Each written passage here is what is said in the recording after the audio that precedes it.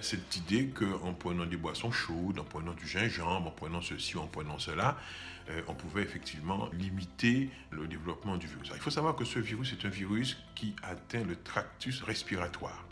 Il va rentrer par les narines, il va passer par le pharynx, la gorge, grosso modo, il va aller dans les poumons, et c'est là qu'il va essentiellement s'implanter. Et quand il va s'implanter, il va surtout créer un syndrome inflammatoire extrêmement puissant, et qui est d'ailleurs à l'origine justement de la gravité de cette infection. Alors au fond, encore une fois, ce ne sont pas ces traitements que vous me dites qui vont permettre de limiter l'explosion du virus. Au contraire, je pense que ce qui est essentiel justement, c'est de respecter les consignes de confinement qui ont été données, ce qu'on appelle les stratégies barrières. Quand on n'est pas infecté, il faut tenter de ne pas l'être. Nous ne savons pas lesquels d'entre nous. On sait que les plus fragiles, les plus vieux d'entre nous, ceux qui ont déjà des maladies profondes, auront des maladies graves.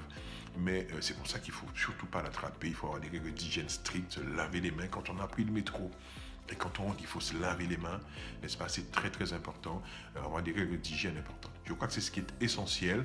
Et les traitements dont vous me parlez, à ce jour, je ne vois pas très bien comment ils pourraient permettre de limiter l'infection par ce virus et son développement dans le système pulmonaire.